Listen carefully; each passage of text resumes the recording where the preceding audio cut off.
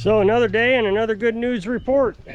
The truck, we took it out again today and picked up a push mower and a weed eater. It did fine, no problems. So let's recap. So initially we got the code, taking a lawnmower to someone's place, going up a hill. Now we went up the hill and it acted funny.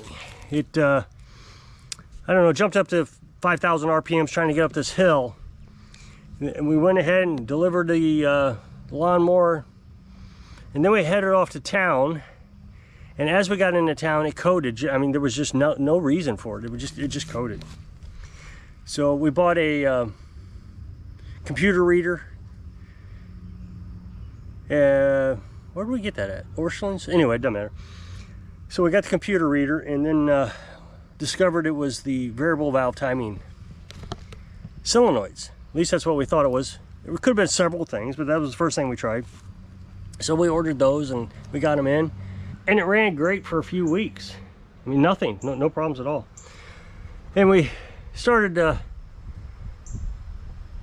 I started feeling a little hesitation as we was pulling out from a stop sign or, you know, out from an intersection. And I don't remember all the sequence of everything, but that was a pretty key indicator. So then I started hearing a noise of some sort, a little whining noise. Anyway, it coded again. So I checked the oil. I checked the oil the first time too, and the oil was fine. Checked the oil, and it was a quart low. So we added some oil, reset it with the coder, you know, the code machine, and it coded right away. Went to pick up a lawnmower and it coded right away. So we replaced the pressure sensor. And now the pressure sensor, I think, was going bad. I really do. It wasn't bad, it was just going bad, because we put the new one in and we immediately got 10 pounds more pressure than we did before. Now the thing is I don't think there's anything wrong with the oil pressure. So we put the sensor in and it coded again. So we decided we were just going to do everything. We got new variable valve timing solenoids again for another 30 bucks. We got some oil filter.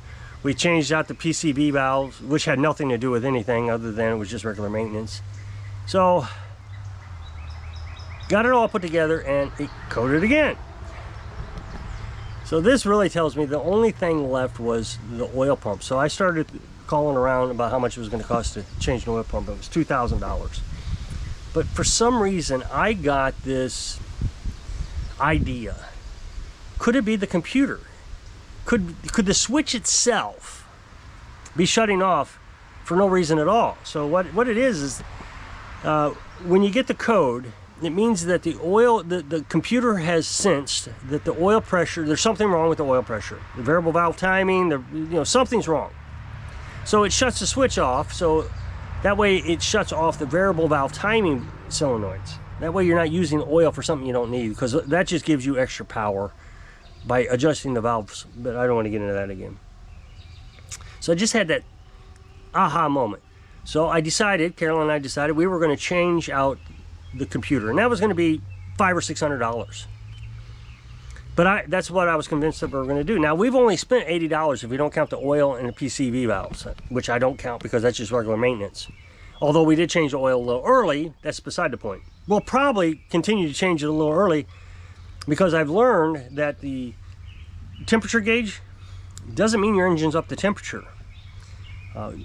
When you drive short distances, I've always waited until that temperature gauge got up to temperature. But what you're supposed to be doing is waiting for your oil temperature to get up to temperature. And there's no gauge for that.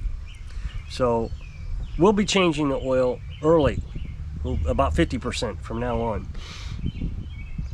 So I decided that's what we're going to do. So I called the mechanic. The mechanic said, hey, before we do that, let's reset it. Reset the computer. So I've done this before with the thermostat. I had to reset it.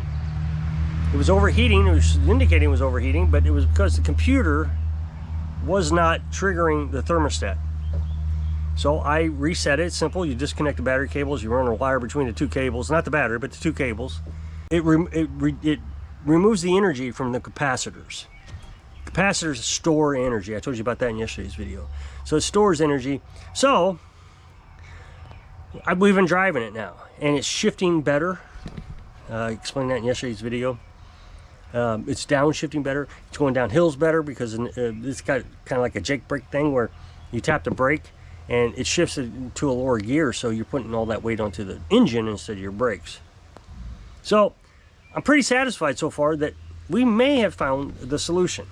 Now, granted, we may still have to replace the computer, but for now, I think we've stumbled onto something. Now, if I start feeling that hesitation as I'm pulling off from a stop sign or an intersection or something, and that little hesitation, then I'll go back to the variable valve timing. But this time I'll get OEM, and those are about $90. That's why I didn't do it the first time.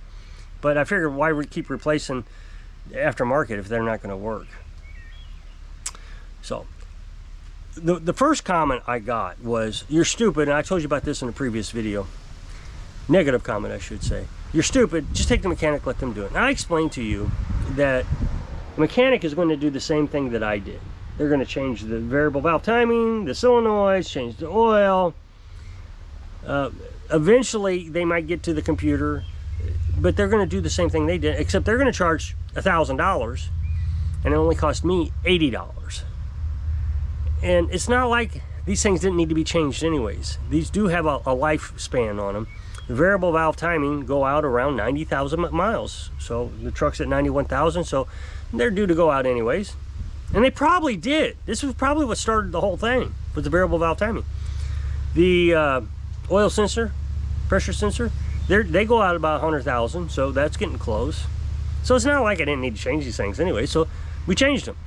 So we're not out any money. The only money we may be out, if you really want to critique it, is the solenoids. We bought a second set just as a test, so we're out $30. Everything else we can justify. So either thousands of dollars to do the same thing we did, or $80. Well, even if I'm wrong, I still got to get the computer replaced. Now we're up to, $600. Still not bad. So the second comment I got was, you do have more options than just trying to fix this thing, because I kept saying, my first option, whatever. No, you got more options than that. Just ignore it. We didn't have computers 30 years ago, and we drove around just fine, so why do we need them now? Well, that's the thing about these commenters, is they comment to make you sound stupid. Well, why are you doing that? That's stupid. Why don't you just not do anything? And when you really analyze what the guy just said, he said, don't do anything. Isn't that stupid? Just let your car fall apart. Yeah, who cares? $20,000, $30,000 vehicle. Let it go. Granted, it's 10 years old, so, but the thing is, Kelley Blue Book still has it at $12,000. So if I wrecked it today, I still get a $12,000 check. So, I mean, that's pretty amazing. So let's just let it fall apart. So Kelley Blue Book is just, crash and rock bottom. I just ignore it. That's a smart thing to do. And then he said, we didn't have computers 30 years ago, so why do we need them today? Well, first of all, the car was designed around a computer. This car. 30 years ago, the car wasn't designed around a computer. It was designed around mechanical, not electrical. Things change. But let's just take this one step further. Forget about computers. Forget about cars. We didn't have all those 100 years ago. Well, why not just get horse and buggy?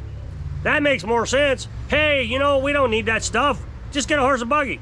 I can even go one better. Let's go back 50,000 years. 50,000 years. Before horse and buggy, before chariots, before we tamed the animals. And we walked naked. Yeah, that's a good idea. Let's just walk around naked. Come on. I mean, who's the stupid one? That's what drives me crazy. You're stupid. Just do. I mean, first of all, I'm stupid. So let's go spend thousands of dollars. Wait a minute. Who's the stupid one? How do these stupid people actually convince you, or try to convince you, that you're the stupid one and they're the smart one? I'm the smart one. I'll take a mechanic and I'm going to spend thousands of dollars and my car is going to be running perfectly. What you're doing, stupid. You're spending $80 $80. That's stupid. I got one.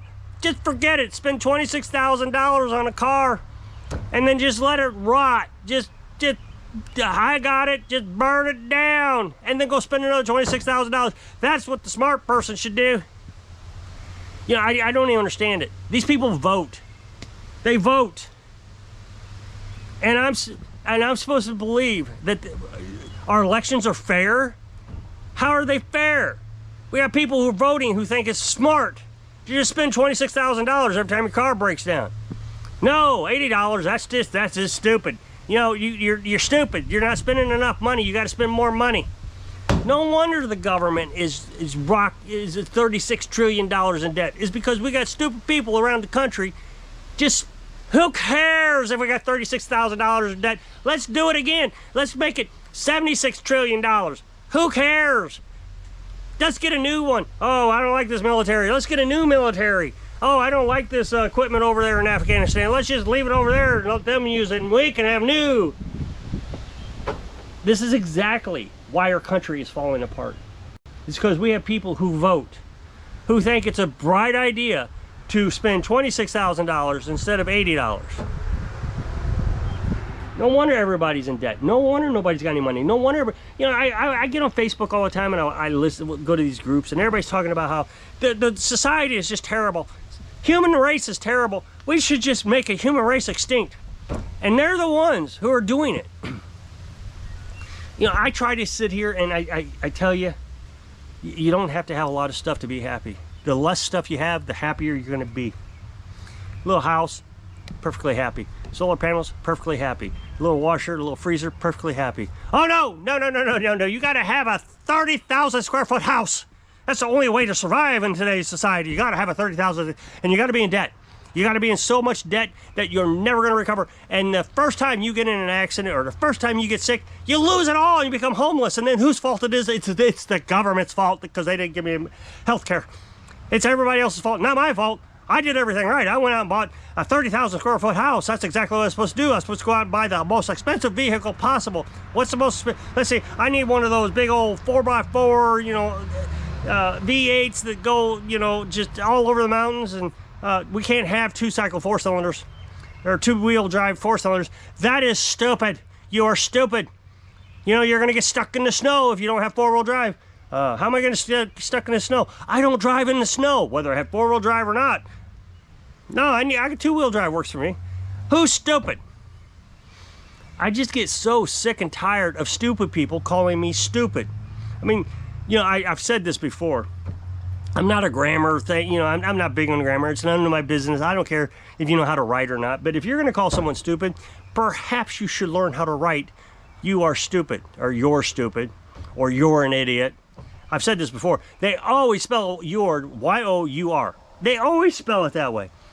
They never spell Y-O''re or excuse me, Y-O-U''re or Y-O-U space A-R-E, because "you're" Y-O-U''re is "you are." And then they always spell "an" wrong. You're an idiot. It's an idiot. They always spell it with an A. Every time. And I'm the idiot. You know, I'm not criticizing people that don't know how to spell it right. I'm criticizing people who call you an idiot or stupid and have no idea what they're talking about. It's gibberish.